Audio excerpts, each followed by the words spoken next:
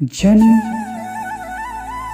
और मरण के बंधन से मुक्ति कैसे पाएं? अगर मनुष्य जन्म और मरण के बंधन से मुक्त होना चाहता है तो यह कोई कठिन कार्य नहीं। और आचार्य शंकराचार्य जी कहते हैं, पुनिरपु जननम पुनिरपु मरणम पुनिरपु जननी जठरे शयनम।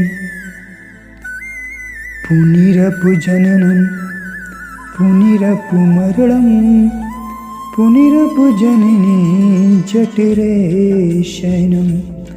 हम सभी मनुष्य जन्म और मरण के चक्र में जकड़े हुए हैं। हमारा जन्म होता है और हम मर जाते हैं, तो हमें मुक्ति कैसे मिले? आचार्य शंकराचार्य जी कहते हैं, भज गोविंदम भज गोविंदम गोविंदम भज मूढ़मते। भज गोविंदम भज गोविंदम गोविंदम भज मूढ़मते। जो मनुष्य जन्म और मरण से मुक्त होना चाहता है वो हर पल गोविंद को भजे, श्री हरि विष्णु का भजन करे। मेरा यहाँ तक मानना है कि मनुष्य जो करे वो भगवान को, गोविंद को समर्पित होकर करे। जो निरंतर भगवान का ध्यान करते हैं, जपते हैं, उन्हें भगवान मोक्ष दे देते हैं। जन्म और मृत्यु से लोग क्यों बचना चाहते हैं? क्योंकि इस संसार में गोस्वामी जी कहते हैं, जन्मत मरत दुख दुख होई। जब हमारा जन्म होता है तो हमें बड़ा कष्ट होता है, और जब मनुष्य मरता है तो बहुत कष्ट होता है। जब हमें भगवान मोक्ष प्राप्त कर देते हैं तो हमारा जन्म तो होता है लेकिन कष्ट नहीं होता।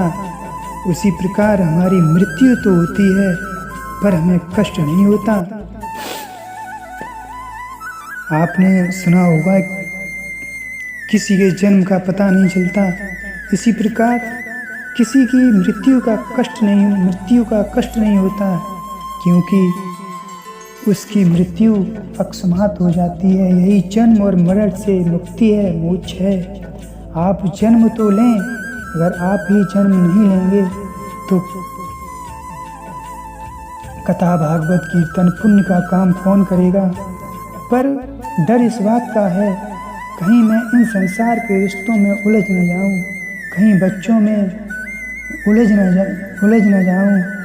जो भगवान की सच्चे मन से भक्ति करते हैं तो भगवान से यही कहते हैं कि हे प्रभु, बार बार इस संसार में भेजना, परंतु कहीं उलझाना नहीं, सदा अपने चरणों में लगा के रखना। यही जन्म और मरण से मुक्ति है। और मुक्ति कैसे हो सकती है, इसके ये कबीरदास जी ने कहा है, चलती चक्की देख कर दिया कबीरा रो, दो पातन के बीच में साबुत बचा न कोई। एक बार कबीरदास जी रो रहे थे। कबीर जी संसार के मनुष्य को देखकर रो रहे थे कि इस संसार के लोग कैसे हैं, बार बार मरते हैं और जन्म लेते हैं। जब इस संसार में आए थे प्रभु का भजन करने के लिए, पर इस दुनिया के विषयों में, पैसों में उलझ गए, तो कबीरदास जी रो रहे हैं। तो उनके एक शिष्य ने कहा, गुरुजी आप क्यों रो रहे हैं? तो चलती चक्की चलने दो, पिस पिस आटा हो, कीले माही जो रहे सो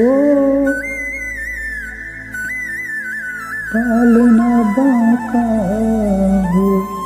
चक्की में 2 पहिए होते हैं, पर उसमें बीच में एक कील भी होती है।